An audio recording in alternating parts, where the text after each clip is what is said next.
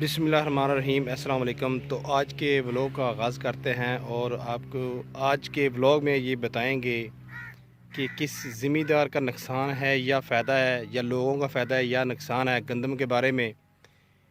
क्योंकि सबको पता है कि गंदम पक पक चुकी है और बारिशों की वजह से थोड़ा सा मसला बना हुआ है कि कटाई रुकी हुई है, वरना कटाई जारी रहनी थी। अल्लाह पाक ने मुसलमानों पे ख़ास रहमत की है। एक तो बरकतों वाला, रहमतों वाला महीना रमज़ान मुबारक, पहले रोज़े के साथ ही अल्लाह पाक ने बराने रहमत अता की, और जिसकी वजह से थोड़ा सा जो गंदम की कटाई है वो थोड़ी सी रुकी हुई है, और इंशाल्लाह वो भी जल्द शुरू हो जाएगी 2-3 दिन के बाद। तो आज के व्लॉग में मैं आपको ये बताऊंगा कि गंदम की कटाई का नुकसान या फ़ायदा क्या है, और जो जिन लोगों तक ये गंदम पहुंचेगी घरों में, उनका फ़ायदा होगा या नुकसान होगा। तो आइए व्लॉग शुरू करते। ये वाटर कोर्स है जिसके ऊपर मैं साइड पे चल रहा हूँ, जिधर से पानी लगता है फसलों को। तो मैं उधर गंदम के पास जाके ही वो प्रैक्टिकल तरीके से आपको बताऊँगा कि ये जो देहातों में रहने वाले लोग हैं उनको तो पता है, और बाज़ का तो ऐसा होता है वो भी गलती कर जाते हैं, तो जिससे गंदम के वज़न का या गंदम का दाने का नुकसान हो जाता है, तो उसको पता भी नहीं चलता। तो फिर वो कहता है कि मेरा गंदम का वज़न कम आ गया है, पता नहीं क्या हुआ है। लेकिन मैं आपको लेके जा रहा हूँ गंदम की फसल के पास, वो सामने है, तो चलते हैं उधर। अच्छा जी, तो ये लीजिए मैं पहुँच गया हूँ गंदम के पास। तो ये प्रैक्टिकल तरीके से कि इसका क्या सूरत हाल है। पहले तो चेक करने का तरीका ये है कि इसका जो, इसे हम जो बोलते हैं, इसे सिट्टा बोलते हैं। ये देखें, इसमें से ऐसा थोड़ा सा मसलें तो इसमें ये दाने निकल आते हैं। ये देख, ये आपको नज़र आ रहे होंगे मेरी हथेली पे, ये दाने 2-3 निकले हैं इससे। और इसे चेक करने का मज़ीद और तरीका है कि जिस गंदम का तरीका चेक करना हो वैसे करते हैं कि इसको दांतों के बीच में से चबाते हैं इसको।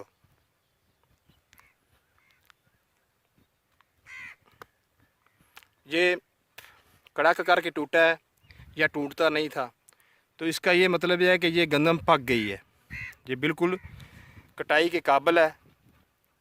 तो इसका कोई नुकसान नहीं है, ना ज़िम्मेदार को, ना घर वालों को जिसने ख़रीदारी करनी है या खाने के लिए गंदम दाने लेके जाने हैं, किसी को कोई नुकसान नहीं होगा। और दूसरा भी आपको दिखाते हैं कि दूसरी गंदम है जो थोड़ी कच्ची है, उसके बारे में थोड़ा बताते हैं। इसको नाड़ बोलते हैं, ये नाड़ है इसका। और ये देखें, ये बिल्कुल टूट रहा है, ये सूखा है, ये भी ब्राउन कलर का हो गया, सूख गया है। तो इसका मतलब है कि ये गंदम बिल्कुल कटाई के काबिल है। इसका किसी किस्म को, ना ज़िम्मेदार को कोई नुकसान है, ना किसी ख़रीदार को नुकसान है, ना जिस थ्रेशर में, मशीन में ये थ्रेशर होनी है, गंदम निकलनी है, ना उस मशीन वाले को नुकसान है। तो इसका ऐसी फसल है जो ये ठीक है। आगे आपको दिखाते हैं कि जो इस काबिल नहीं है काटने के। तो आइए दूसरी आपको दिखाते हैं। बाज़ का तो ऐसा हो जाता है कि जो ज़िम्मेदार है, जो वज़न के लालच में थोड़ी सी गीली नाड़ गीला होता है तो उसकी कटाई शुरू कर देते हैं। तो उससे नुकसान क्या होता है कि जो दाना है वो पका नहीं होता। तो वो पका नहीं होता, तो इस तरह वो है, तो होता क्या है कि वो वज़न के लालच में जल्दी थ्रेशर लगा देता है, तो उससे जो घुंडी है वो भी ज़्यादा निकलती है, वो दानों में जाती है, तो ख़रीदार को नुकसान है। फिर वो गंदम, अगर नवी वाली गंदम सूखी हुई ऐसी गंदम के अंदर जाती है ना, दाने मिक्स होते हैं, तो ऐसे दानों को भी वो जल्दी ख़राब कर देते हैं, जिसे हम कहते हैं सुसरी या कीड़ा लग जाना।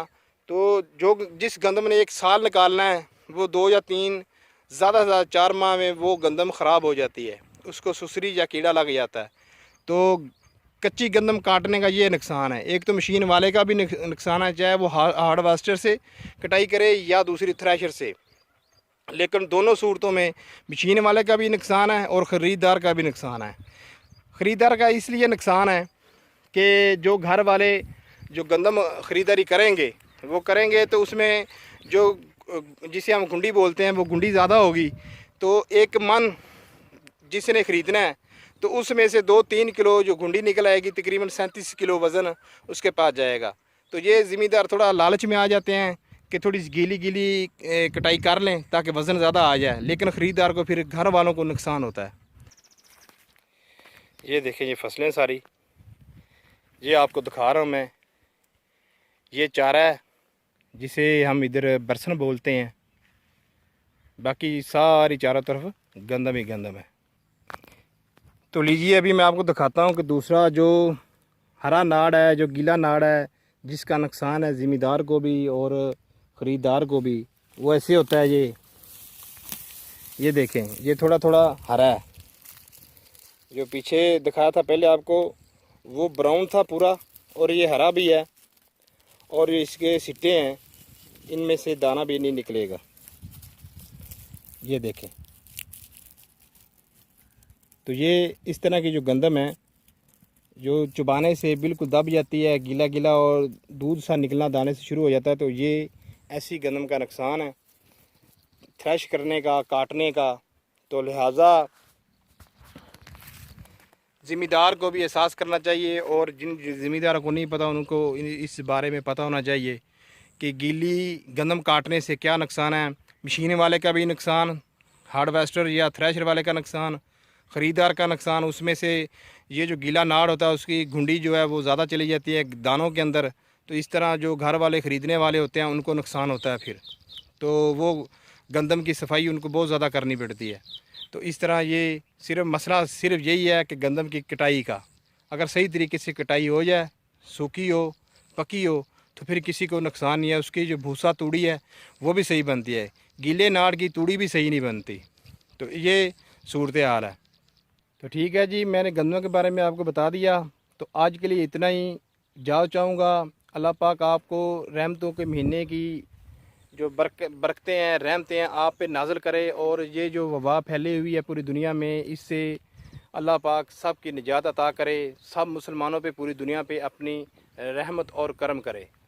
तो इस दुआ के साथ ही आपसे जा चाहूँगा ओके, अल्लाह हाफिज़। और नीचे कमेंट में बताना मुझे कि आपको वीडियो कैसी लगी। ठीक है जी, ओके, अल्लाह हाफिज़।